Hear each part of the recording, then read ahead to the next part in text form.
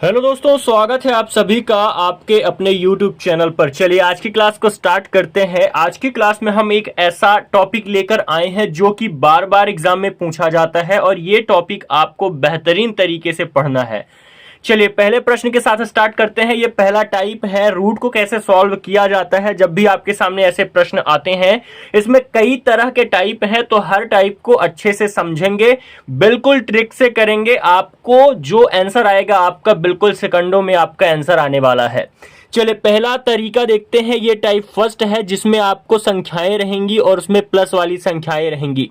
जब भी आपके पास ऐसे प्रश्न आ जाते हैं तो आपको जो संख्या है उसको दो टुकड़ों में तोड़ना पड़ता है, मतलब उसको फैक्टर में बांटना पड़ता है। आपको फैक्टर करने हैं और इनका फैक्टर क्या हो सकता है, 2 गुणे 1 हो सकता है, क्योंकि 2 1 कम 2 होता है। ठीक है, ऐसा फैक्टर ढूंढना है जो कि दोनों के बीच डिफरेंस कितने का हो, 1 हो। हमेशा डिफरेंस 1 होना चाहिए, ऐसे फैक्टर ढूंढने होते हैं।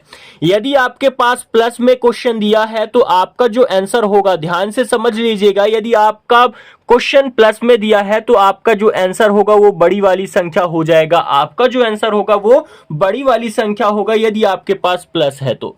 उसी तरीके से यदि मैं अगला क्वेश्चन आपको बताऊं, 12 को जब आप टुकड़ों में तोड़ेंगे तो कितना होगा, 4 गुणे 3, 4 तिहाई 12 होता है, तो 4 तिहाई 12 हो गया। अब इनके बीच डिफरेंस कितना हो गया, इनके बीच डिफरेंस 1 हो गया। हमेशा आपको ऐसे ही फैक्टर में तोड़ना है। तो आपका प्लस में क्वेश्चन दिया गया है, तो प्लस में यदि क्वेश्चन दिया है तो आपका जो आंसर होगा वो कौन सा होगा, बड़ी वाली संख्या आपका बिल्कुल राइट आंसर हो जाएगा। देखिए ऐसे प्रश्नों में आप हमेशा देखते ही आप आंसर दे देंगे, आपको कोई भी प्रॉब्लम नहीं होगी। चलिए इसी तरीके से कुछ और क्वेश्चन लेते हैं। चलिए अब ये प्रश्न है उसी टाइप के हैं, ये पहला टाइप ही है। इस क्वेश्चन को करते हैं। जैसे 72 है, 72 को हमें दो फैक्टर में अलग करना है, तो क्या हो जाएगा, 8 गुणे 9 हो जाएगा, क्योंकि 8 नंबर 72 होता है। क्योंकि अब देखिए इनके बीच डिफरेंस कितने का है, 1 का है। आपके पास प्लस है तो आपका जो आंसर होगा वो बड़ी संख्या हो जाएगा, हमेशा आपका 9 आंसर आएगा। 110 है आपके पास, तो इसको हमने फैक्टर में किया तो कितना हो जाएगा, 10 गुणे 11 हो जाएगा। और इसका जो क्वेश्चन है वो प्लस में है, तो आपका जो आंसर होगा वो कौन सा हो जाएगा, 11 हो जाएगा, क्योंकि बड़ी संख्या 11 है। अब देखिए जस्ट इसी का अपोजिट, यदि क्वेश्चन आपका माइनस में होता तब आपका आंसर क्या हो जाता, छोटी संख्या हो जाती। मान लीजिए इसी प्रश्न को मैं आपको बता देता हूं, इसी क्वेश्चन को मैं आपको बताता हूं। चलिए देखिए ये टाइप 2 है। अब इसमें देख लीजिए ये प्लस के स्थान पर क्या हो गया है, माइनस हो गया है, तब इसका आंसर क्या आएगा। करना वही है, आपको टुकड़ों में तोड़ना है। ठीक है, 9 गुणे 8 हो जाएगा, 9 8 72, इनके बीच का डिफरेंस 1 है। अब आपके पास माइनस है तो आपका जो आंसर होगा वो कौन सा हो जाएगा, छोटी संख्या आपका बिल्कुल राइट आंसर हो जाएगा। देखिए आप देखते ही आप इसका आंसर दे देंगे, बस मैं आपको समझा रहा हूं। इसका फैक्टर क्या हो जाएगा, 11 गुणे 10 हो जाएगा, तो आपका जो आंसर होगा वो क्या होगा, 10 हो जाएगा, क्योंकि माइनस है तो छोटी वाली संख्या आपका आंसर होगा। चलिए अब नेक्स्ट टाइप में चलते हैं, ये चीज आपको समझ में आ गई होगी। ये नेक्स्ट टाइप है, जब भी आपके सामने देखिए प्लस वाली अभी मैंने आपको जो बताया सेम वही प्रश्न है, लेकिन एक इसमें प्रॉब्लम आएगी, इसका जो फैक्टर है वो नहीं होगा।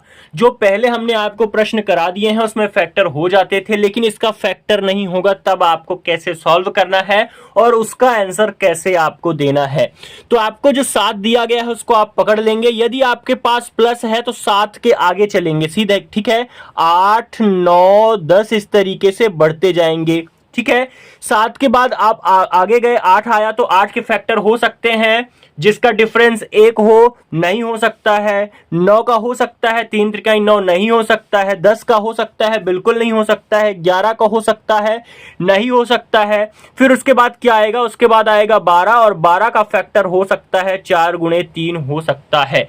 तो जो इसका आंसर आप देंगे वो क्या देंगे, 3 और 4 के बीच आपका आंसर आने वाला है। क्या आएगा, 3 और 4 के बीच इसका बिल्कुल राइट आंसर आने वाला है। आपको भी सेम ऐसे ही आंसर देना है। यदि आपके पास प्लस है तो आपको आगे चले जाना है, उस संख्या के जिसका फैक्टर होना है वो फैक्टर करेंगे, उसके बाद उसके बीच में उसका आंसर होगा।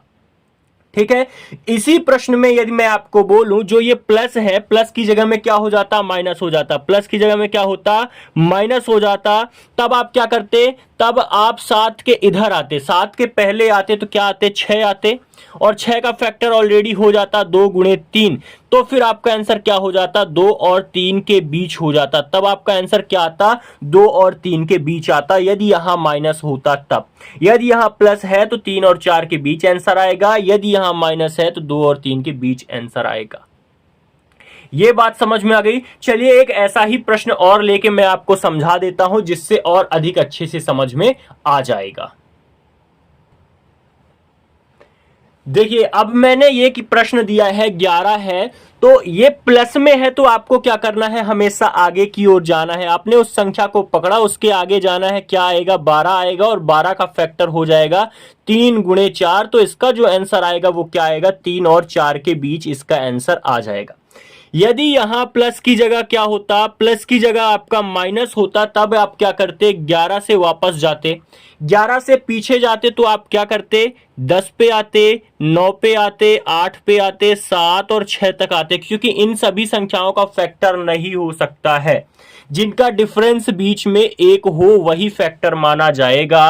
तो 6 का फैक्टर होता है 2 गुणे 3 होता है, तो इसका जो आंसर आएगा वो कितना आएगा, 2 और 3 के बीच इसका आंसर आने वाला है। सेम आंसर इसी तरीके से आपको भी निकालना है। यदि प्लस रहेगा तो आगे बढ़ जाना है, और माइनस रहेगा तो पीछे आ जाना है। ये भी टाइप आपको समझ में आ गया है। चले नेक्स्ट टाइप में और अगला टाइप देखते हैं, और भी कैसे प्रश्न पूछे जाते हैं। अब ये अगला टाइप है, ठीक है। ऐसे भी प्रश्न पूछे जाते हैं जहां कोई चिन्ह नहीं है, ये मल्टीप्लाई में है, और ये इनफाइनाइट तक है। इसमें भी और नेक्स्ट टाइप बनेगा। ये अभी इनफाइनाइट तक संख्या जा रही है, इस चीज को आप ध्यान रखिएगा। देखिए ये मैं आपको केवल ट्रिक बता रहा हूं, ट्रिक कैसे की जाती है, इसका बेसिक बिल्कुल अलग होता है। यदि आपको बेसिक भी सीखना है तो आप हमारे चैनल को सब्सक्राइब कर लें, जिससे मैं आपको जब भी पढ़ाऊं तो आपके पास नोटिफिकेशन आ जाए। और इस वीडियो के कमेंट बॉक्स में आप कमेंट करके बता दीजिए कि हाँ सर मुझे बेसिक जानना है कि इसका कैसे होता है ये चीजें, ठीक है। ये मैं केवल आपको ट्रिक बता रहा हूं, जिससे आप जल्दी से कम समय में कर पाएं। अब देखिए आपके पास ये मल्टीप्लाई में संख्या है, इनफाइनाइट तक जाना है, तो इसका आंसर क्या आएगा, केवल 5 ही आएगा। वही संख्या उसका आंसर हो जाती है।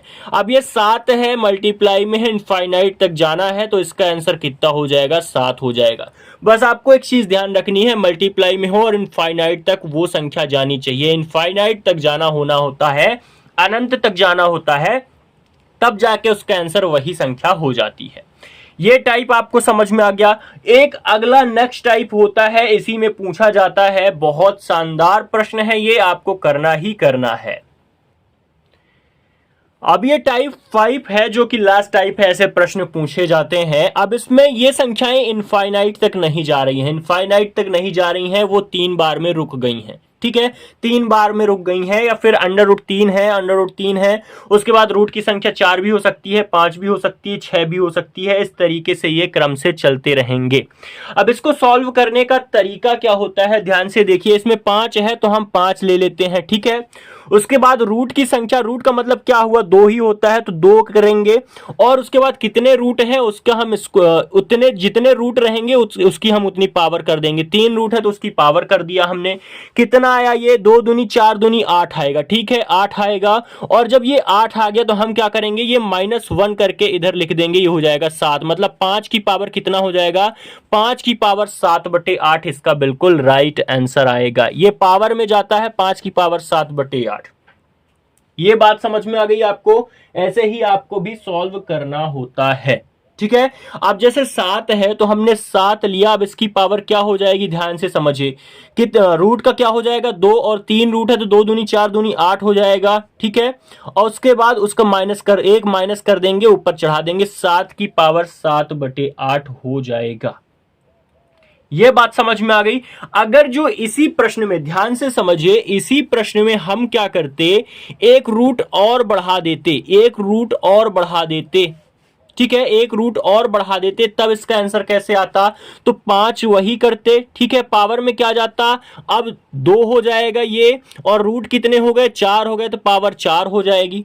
तो कितना हो जाएगा, 5 की पावर, ये हो जाएगा 2 दूनी 4 दूनी 8 दूनी 16 हो जाएगा, और -1 करके लिख देंगे 15। मतलब 5 की पावर 15/16 इसका बिल्कुल राइट आंसर आ जाएगा। देखिए कितने कम समय में आप आसानी से ऐसे प्रश्नों को सॉल्व कर पा रहे हैं। ठीक है, यदि आपको प्रश्न समझ में आते हैं, क्लास अच्छी लगती है, तो आप हमारे चैनल को सब्सक्राइब जरूर कर लेना है, जिससे मैं, और कमेंट बॉक्स में कमेंट कर देना है कि सर बेसिक बता दीजिए, तो मैं आपको बेसिक बहुत अच्छे से बता दूंगा। अब ये 7 है तो 7 की पावर कितना हो जाएगा, वही 15/16 ही आएगा, क्योंकि क्या है 2 की आप पावर 4 करेंगे और -1 करके लिखेंगे, क्योंकि 4 रूट है। जितने रूट बढ़ते जाएंगे उतनी पावर आपको 2 की बढ़ा देनी है, उस तरीके से आपका आंसर आ जाएगा।